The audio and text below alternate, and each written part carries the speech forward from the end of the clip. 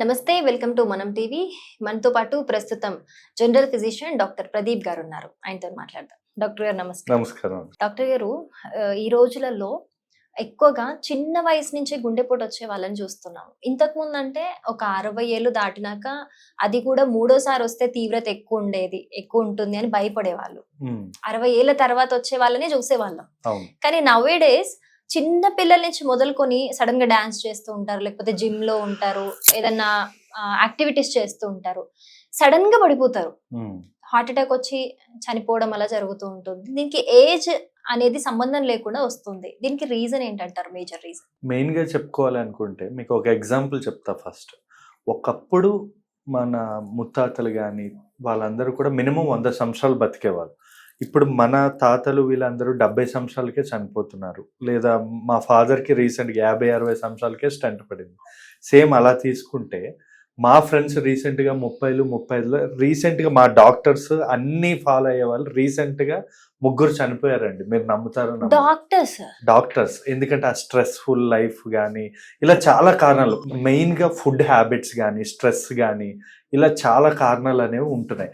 గుండె అనేది ఎంత స్ట్రాంగ్ అంటే మీరు వింటే యూ విల్ బి లైక్ మీరు అవాక్ అవుతారు. ఏంటంటే గుండె అనేది ఒక రోజులో 1,00,000 సార్లు కొట్టుకుంటుంది.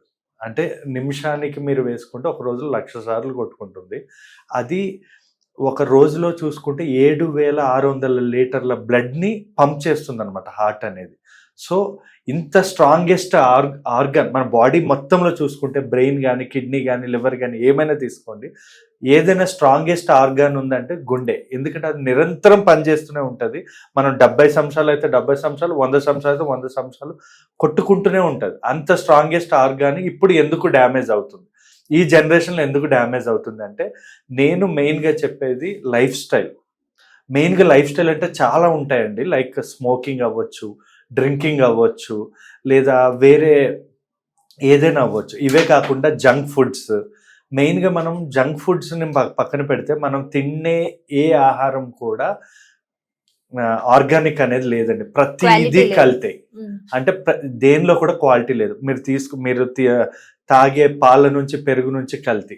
ఈవెన్ పాలలో కూడా వాళ్ళు రబ్బర్ లాంటి ఎలిమెంట్ కలుపుతున్నారు, వాటర్ కలుపుతున్నారు, ఇంకా సున్నం కలుపుతున్నారు, కొన్ని కాంపౌండ్స్ కలిపి 20% పాలని 100% చేస్తున్నారు.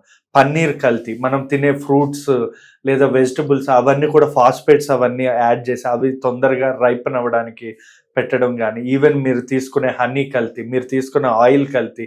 మీరు ఒక ఆయిల్ తీసుకుంటే 200 రూపాయలకి మనకు ఆయిల్ దొరుకుతుంది. కానీ ఒక పల్లి నూనె 900 రూపాయల పల్లి నూనె కొడితే 1 కేజీ ఆయిల్ అంటే 1 లీటర్ ఆయిల్ వస్తుంది.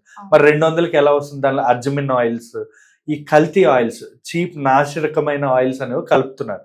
దీనివల్ల మనకి ఏమవుతుందంటే మన హార్ట్ అనేది ఏదైతే ఉంటుందో హార్ట్ ఎప్పటికీ స్ట్రాంగే, గుర్తుపెట్టుకోండి. కానీ మరి హార్ట్ అటాక్ అంటే హార్ట్ ప్రాబ్లమ్స్ అనేవి ఎందుకు వస్తున్నాయి అంటే హార్ట్ మన బాడీ అంతా రక్తం సప్లై చేస్తుంది, పంపింగ్ నిరంతరం బాడీ అంతా రక్తం సప్లై చేస్తూ తనకి తాను కొరనరీ ఆర్టరీస్ ద్వారా తనకి తాను కూడా బ్లడ్ సప్లై చేసుకుంటూ ఉంటుంది అనమాట.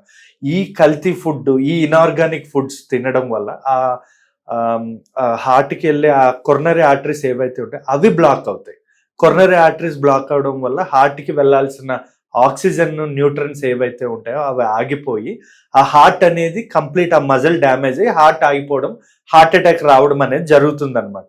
మెయిన్గా కారణం అయితే నాకడైతే లైఫ్ స్టైల్ అని అనుకుంటాం. లైఫ్ స్టైల్ అంటే సింపుల్గా లైఫ్ స్టైల్ అని చెప్పేస్తాం, కానీ సింపుల్ కాదు. లైఫ్ స్టైల్లో ఇన్ని కారణాలు. ఇప్పుడు నాకు ఒక ఎగ్జాంపుల్ చెప్పాలంటే మంచి బెంజ్ కారు ఉంది, కానీ రోడ్ లేనప్పుడు అంటే నా దగ్గర ఎంత డబ్బులు ఉన్నా కూడా నాకు ప్రాపర్ ఫుడ్ అనేది దొరకట్లేదు.